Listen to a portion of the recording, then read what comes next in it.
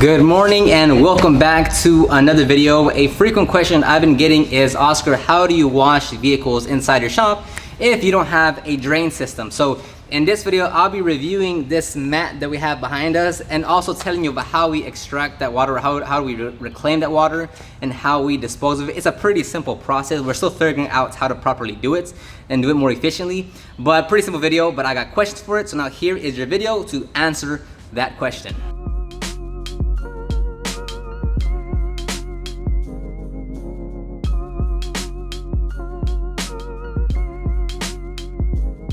Now first is that a lot of people will probably say, wow, you have a shop and you can't wash your vehicle outside. You know what, at first we thought that was a problem, but you know what, we actually enjoy washing the vehicle inside the shop. It's always gonna be cumbersome to take the vehicle out, wash it, bring it back in, especially if we have 2 or 3 vehicles here. That means we have to rotate all the vehicles in and out, which comes cumbersome. So forcing us to have to wash the vehicle inside, even without a drain system, makes you get creative, makes you see things in a different way. So we like the way it turned out that we were forced to have to wash inside, because now we keep the vehicle inside at all times. We're not like, okay, let's push it out, let's move it back in. Okay, no, we can do everything from start to finish inside the shop. So the main piece of equipment that we need here is gonna be this floor mat. This is a 9x22. I purchased it off Amazon. I'll link it down below on where I got it. But this is the biggest one that they have, a 9x22. And so far it's fit every vehicle. Now there is no assembly to this. You literally just open it out of the box, lay it down where it needs to be, and that's it. Like there's nothing else to it. And it's basically just a vinyl mat with a rubber tube or foam around it to keep the water contained. That's literally it. You can drive over it, the vehicle can stay there. We've washed vehicles, cleaned tires, wheels, engine bays, oil's gotten on it, and it's much better to get the water to fall on the floor mats versus the concrete floor. It's way easier to vacuum, way easier to sweep, way easier to maintain clean when we have this on the ground. Now obviously you'll need space for this. There's multiple sizes. I opted out for the biggest one because we have a long enough shop to get the biggest one, and you know, we'll have trucks here and vans here and small cars, right? So I wanted to get the biggest one so we could fit the most vehicles on there. But I'm sure at some point that there will be a vehicle that's too big and won't fit on here. When that happens, I mean, I don't know, we'll figure it out. But that's essentially it. This is just the main piece of equipment that you need, is the floor mat. If you have a smaller shop, there's smaller sizes, just get the one that fits you.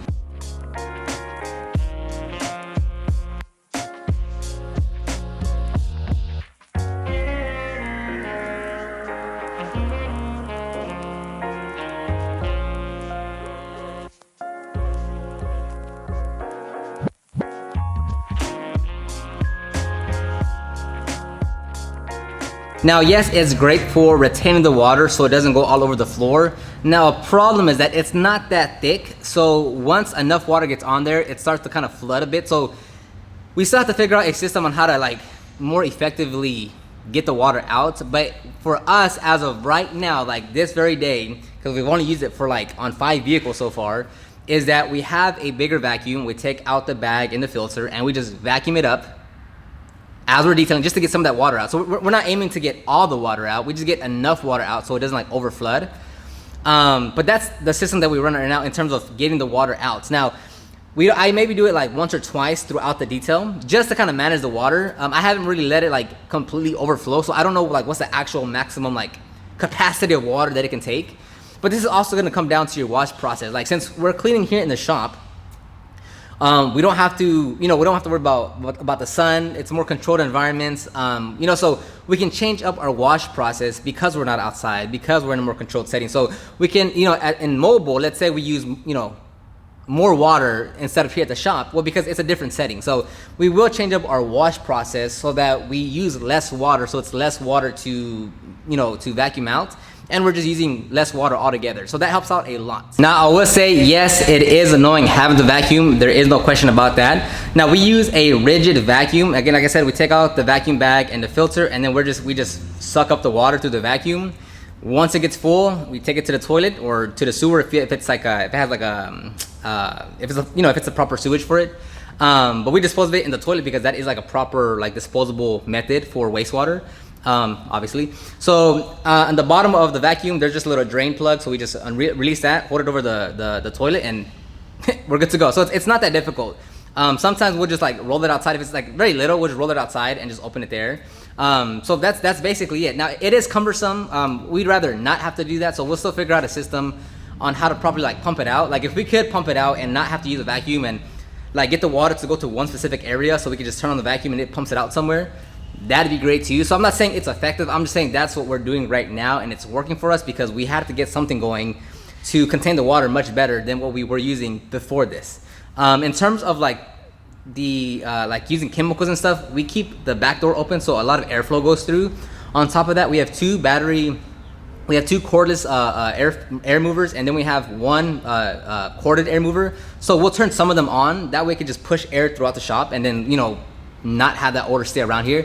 And I'm telling you, like, we've used the iron remover, we use the greasers, and the smell does not stay here. It's well ventilated out between the two doors and the air mover, so it's no problem as far as odor goes. So it's the main part that we have to focus on is just how do we get the water out from the mat to wherever, like the toilet or outside, I don't know, but that's the main problem that we have to focus on. So once we're done with the vehicle and it's rolled out and all that water is sitting on here, we'll use a broom, well, the back side of the broom, there's a squeegee on it, and we just kind of bring all the water to one end, and then we'll just vacuum it up. In total vacuuming, I'm gonna say, I don't know, like 10-15 minutes in total maybe. Like actually, I don't know, I haven't timed it. I'd be lying to you if I gave you a specific time.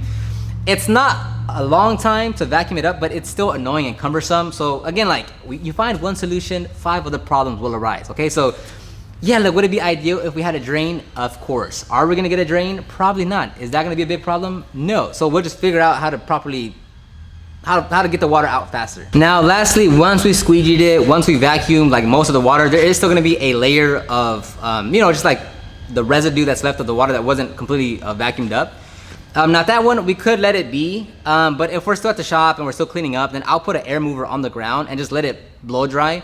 It might take, I don't know, 10-15 minutes for it to completely dry, like the minor leftover water. And then the floor mat is completely dry. It's like you can step on it, you can walk over it, it's no problem. So we're gonna keep this floor mat on the ground just because it'd be cumbersome to put it up every single time, and because we wash vehicles in here, it just makes sense to keep the floor mat on the ground. And it's really not a big deal. Like it's not a big deal. Like there's oil spill on it. Well, there was oil spill on it. Like it's fine. It doesn't get in the way. Vehicles can drive over it. Even like the vacuum can easily like get over it. So it's not a big deal to keep here. So there's no point in us trying to like make it look more organized when it's not being in use. We're gonna keep it on the ground. All right. So hopefully I did a decent job explaining how we wash cars and how we get the water out of here. Pretty straightforward. If you have any suggestions on how we can better take the water out or contain the water, or any suggestions whatsoever, let me know, because we need to get a better system in place. And again, check the links down below for the floor mats and the vacuum. I'll link it up there as well. Other than that, let me know if you have any other comments, questions, concerns about the shop, about how you wash the vehicle. Again, I'm gonna keep on saying it. I might not reply to your comments or DMs or emails, but if you have a suggestion, if you have a question and I get enough of them, I make a video about it. So let me know what you want to see, what you want me to answer, so I can make more content around that. Talk to everyone on the next one. Bye-bye.